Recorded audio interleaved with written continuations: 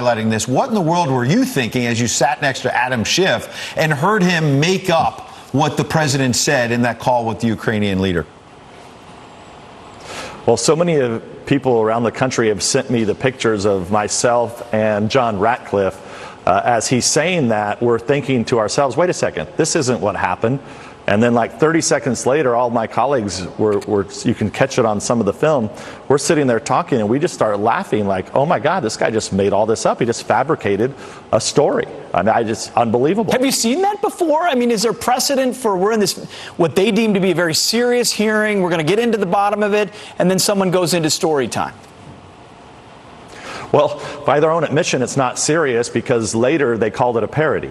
So the definition of a parody is it has to be comedy. So by their own definition, they're not serious.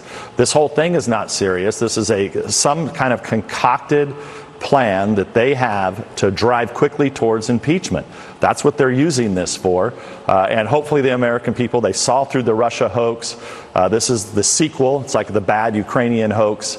And I don't think it's going to be any better than the Russia hoax. Congressman, we've been talking about how Ukraine's former prime minister breaking some news this morning saying that he believes that former Vice President Joe Biden's business dealings should be investigated. Do you think Adam Schiff and others are trying to distract from that story? And how do you plan, as the top Republican on Intel, to get to the bottom of all that? Well, I keep reminding people that we have long been interested in the origins of the Russia hoax.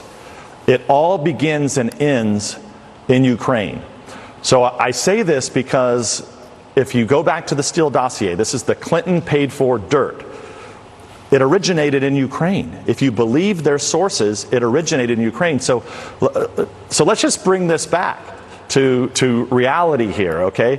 So what did President Trump do, supposedly, that they say? President Trump said, hey, I want to know what happened in Ukraine. What happened? What were all these Democrats doing? Where was this information coming from? That's what the president did. That's what they want to impeach him on. Mm-hmm. Now, remember, we may have to bring Bob Mueller out of retirement here because Bob Mueller looked at all this, okay? He knew that the Clinton campaign, Christopher Steele, Fusion GPS, other DNC contractors, okay, like Chalupa, those are all Democrats. Those are all Americans, except for one Brit.